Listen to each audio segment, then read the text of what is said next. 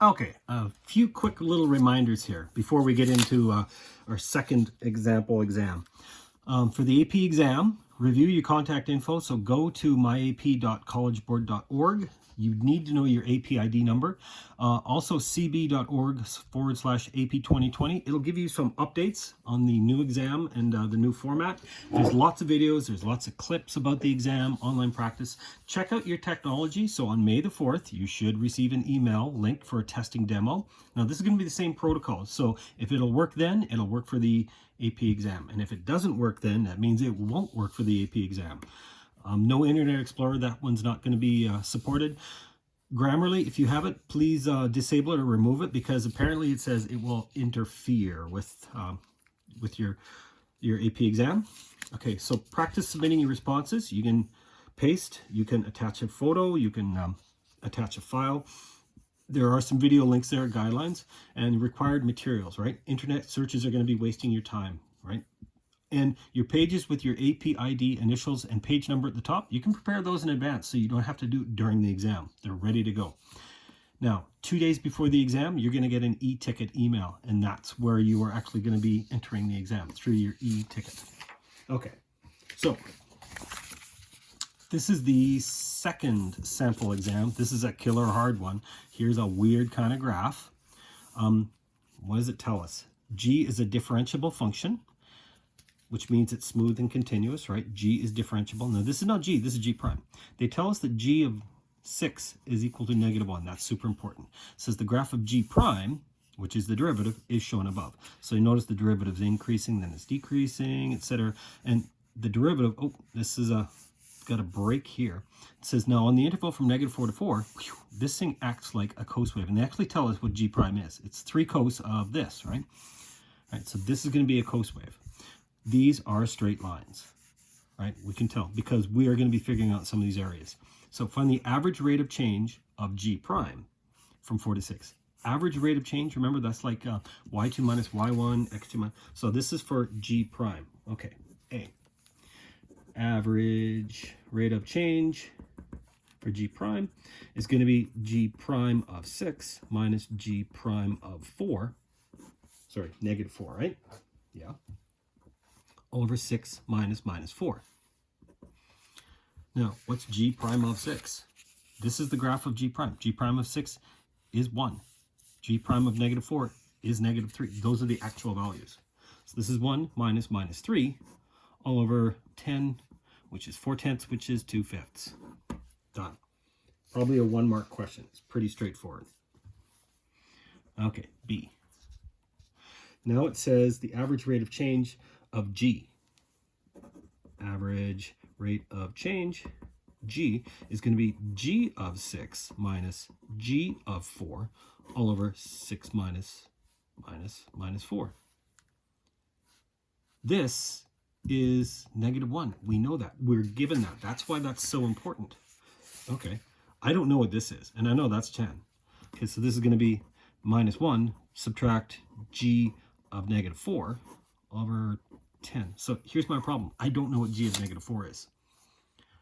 I can't look at it because this is not the graph of G. This is the graph of G prime. Okay, so you remember, this is the concept of an integral. I'm trying to figure out -4. So -4 to 6 G prime dx. I know that's the area, right? That's the area from -4 to +6. This is G of 6 minus G of -4. This is -1. This is an area that I can figure out in order to figure out what G of -4 is. Okay, so let's do the area from -4 up to 6. If I'm going here, this area and this area cancel. If I'm going here, this area and this area cancel. So far from here to here, I got 0. This is a negative area, and I'm going to stop at 6, right? Well, hang on. Look, this area and this area cancel. Yeah, because that's symmetry. So this is really 1. And what is this? This is a little triangle. Base times height divided by 2. Base times height divided by 2. So 1 times 2 divided by... This is also 1. So this is 1 and 1. This is... The area is 2. But hang on, is it -2 or is it +2? As I'm going forward, this becomes 0. This is -2. So -2 is that area. You don't have to show that work because they showed you that those are straight lines, and you know that areas are going to cancel. So this is -1 minus g of -4. Add on 1 to both sides. This becomes -1 is minus g of -4. So in other words, g of -4 is +1.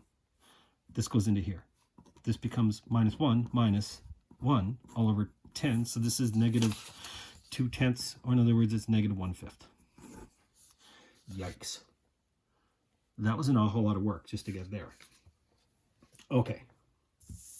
C. Now it says, write the equation of the line tangent to the graph at x equal to 2. So tan line to G at x equal to 2. Okay, so I really need to know what's g prime of 2. That's going to be the slope. And I need to know the y value. What is g of 2? Now, g prime of 2 I can actually do because I've got my graph. G prime of 2, where there it is. It's 0, right? This is g prime. G prime of 2 is 0. Oh, so really, I know it's going to be the horizontal tangent line because the slope is 0. I need to figure out what is g of 2.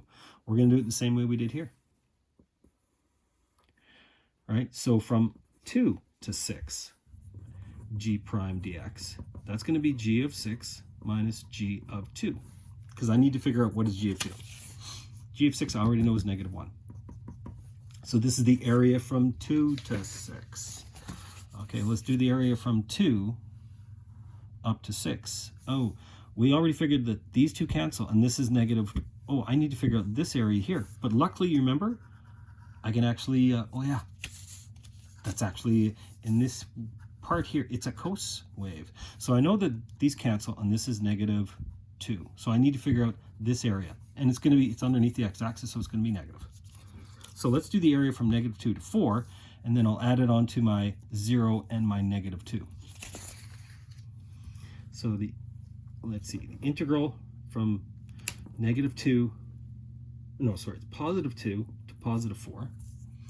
And what did we have? We had that was 3 cos of pi by 4x dx. I can figure that out. The antiderivative of cos is going to be sine.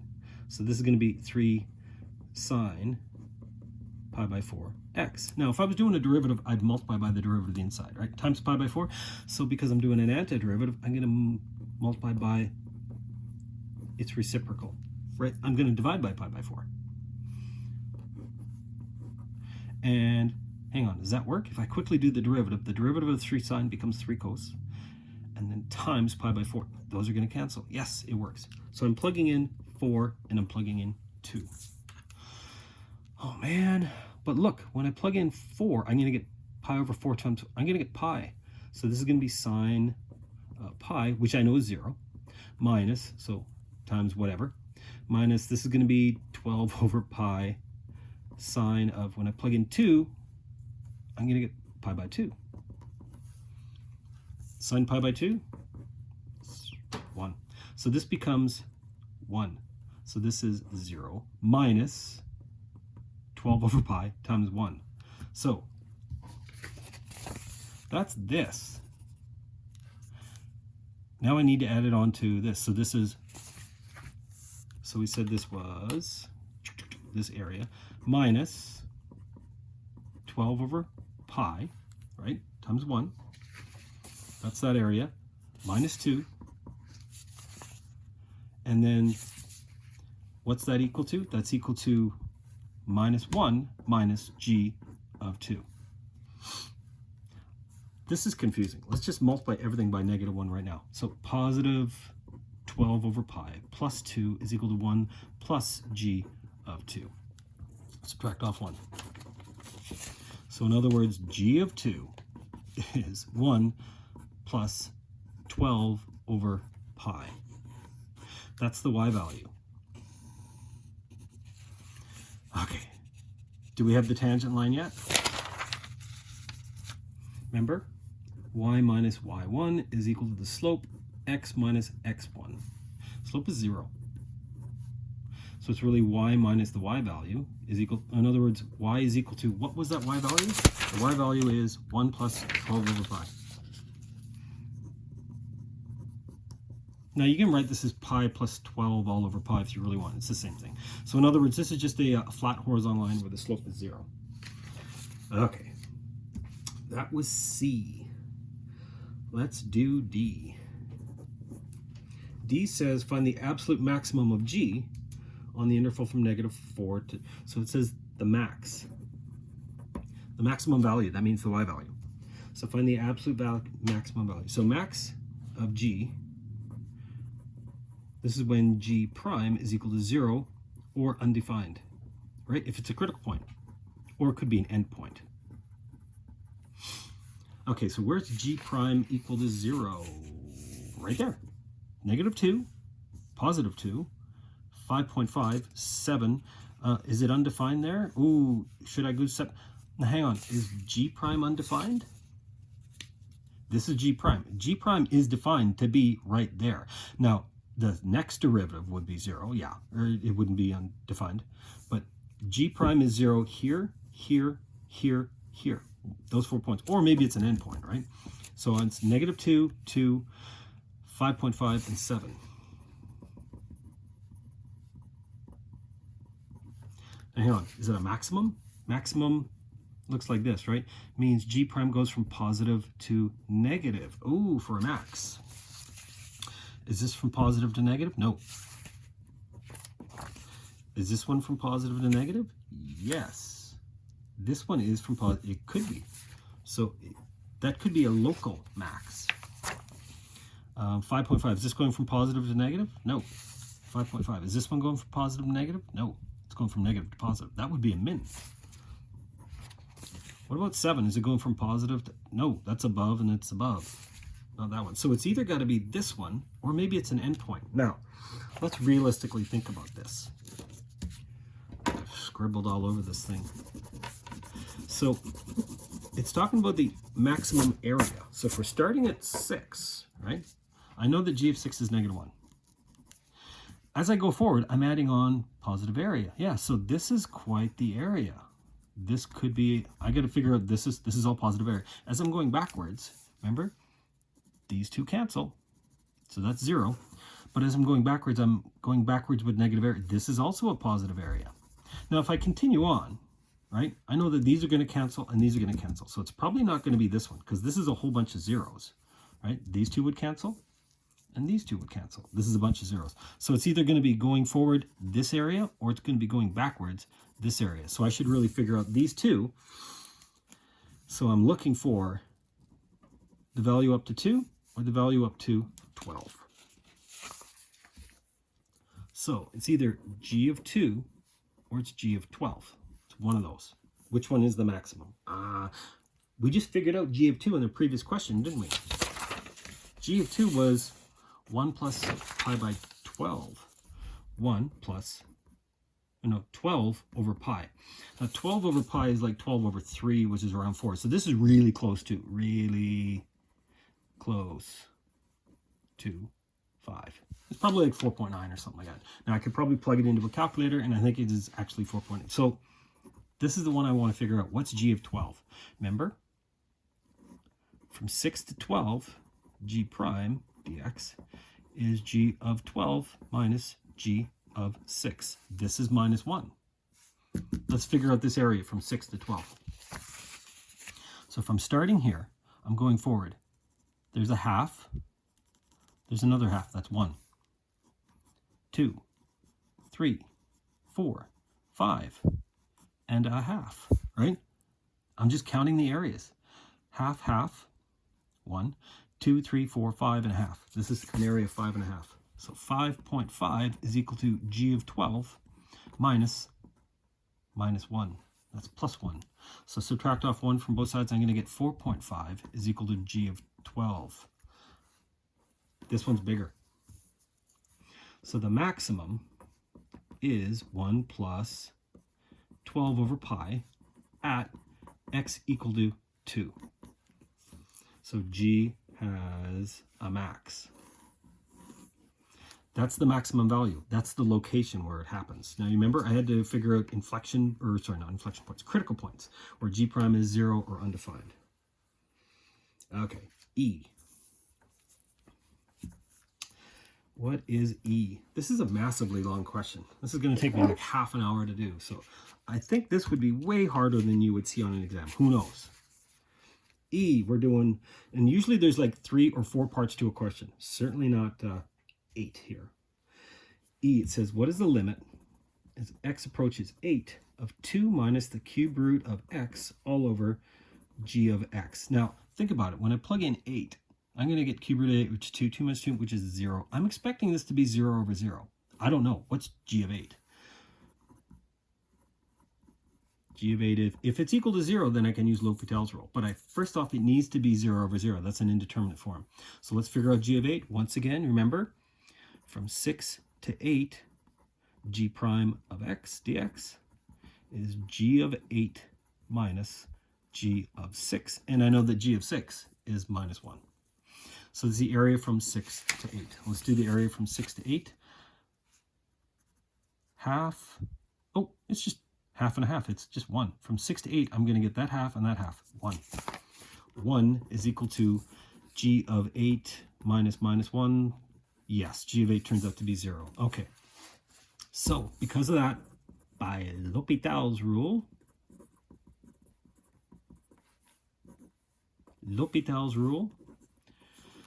that means it's going to be equal to the limit as x goes to 8, do the derivative, g prime of x, and the derivative of 2 is just 0. So minus, this is x to the third, so 1/3 x to the negative 2/3. So now what? Take 8 and plug it in. What's g prime of 8? I have a graph. G prime of 8 is the value of 1. See, it's a height of 1 there. Cool.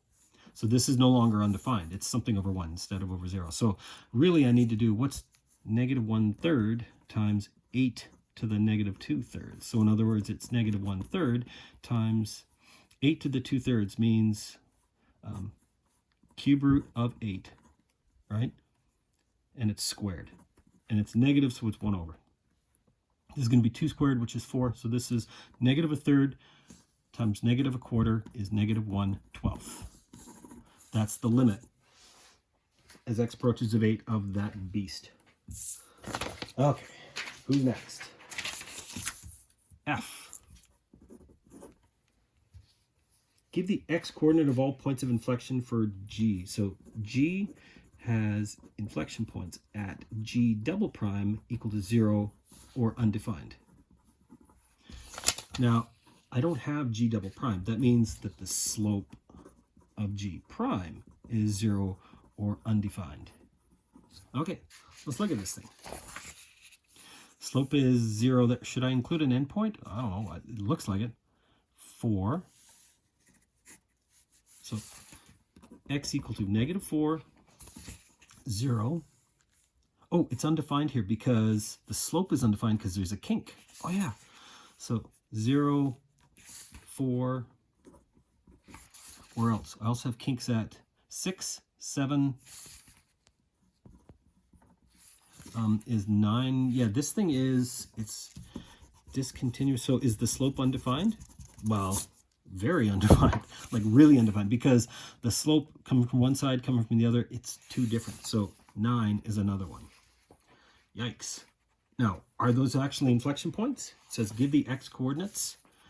I need it to change from negative to positive or positive. Okay, does concavity changes? So like at 0, the slope is positive, then it's negative. Yes. Now, what about negative 4? They threw away this answer. Now, it does include, give the inflection points. Well, actually, it doesn't tell us about this interval. I would have taken that as, look, I know the slope there is 0 because it's a cos wave, right? But they threw this one away because I'm assuming it's going for this, but we don't know what happens on the left here. But that is definitely an inflection point because the slope changed from positive to negative. Does it do it again here? From negative to positive? Yes. 4, that's definitely an inflection point. Does it do it again? From positive to negative? Yes. 6 is definitely an inflection point. Negative to positive, slope changes. At 7. Now what about at 9? From positive to 0. Hang on. Should we include that one? It didn't go from positive to negative. It went from positive to 0. What did I write down here? Do we have that one included? I think I did include it because something's definitely changing. Okay, hang on. I'm going to double check here. Did they include 9?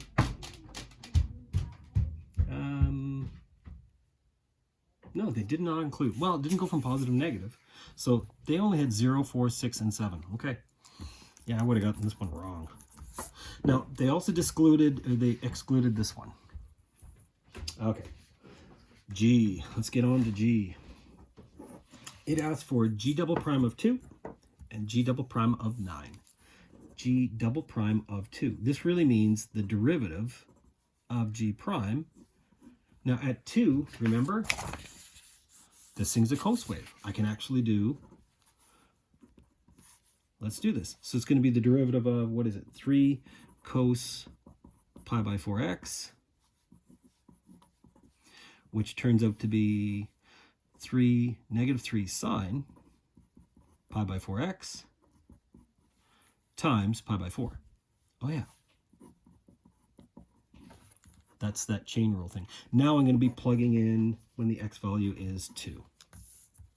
So, okay, what am I going to get? It's going to be negative 3 times pi by negative 3 pi over 4 sine of, take 2, plug it in, pi over 2. Oh, remember, sine of pi by 2 is 1. So this becomes 1. So it's negative 3 pi by 4. That's G double prime of 2. Okay, what about G double prime of 9? Well, we'll just do the exact same thing. Plug it. No. At 9, this thing's not a wave. Okay, so it's really asking us for what is the derivative at 9? There is no derivative here because this graph is discontinuous, right? There's a jump discontinuity, which means you cannot do the derivative here. So G double prime of 9 does not exist as G prime is not continuous. Continuous at 9, at x equal to 9. Okay. Let's see if we can get the last one. H. On what open intervals contained between negative 4, they said open intervals, so I'm going to be using round brackets. I don't have to include the endpoints. Great. From negative 4 to 12 is the graph both decreasing and concave up. So G is decreasing, implies that G prime is negative, right? When the graph is going down, when it's decreasing, that means its first derivative is negative. This is the first derivative. So it's either here or here. None of this stuff. It's only the negative part that I want. So is that it? It also says G is concave down. Did they say concave down? Oh no, concave up. Implies that G double prime is positive, which means G prime is increasing. So I want to know where it's underneath the x-axis, here, and where is it increasing? Well, from here to here, and from here to here. That's it. So from negative 4 to 2, they say union. So you know what? We could also use the word or. It's the same idea. Decreasing, it's not what I want. I want it to be increasing. So from negative 4 to, this is halfway, this is going to be 5.5. So positive 4 to 5.5. Those are my two open intervals where G is decreasing because G prime is negative. In other words, it's underneath x-axis. And where the second derivative is positive, where it's increasing, where G prime is increasing. Whew! That's question 1. That took me a long time.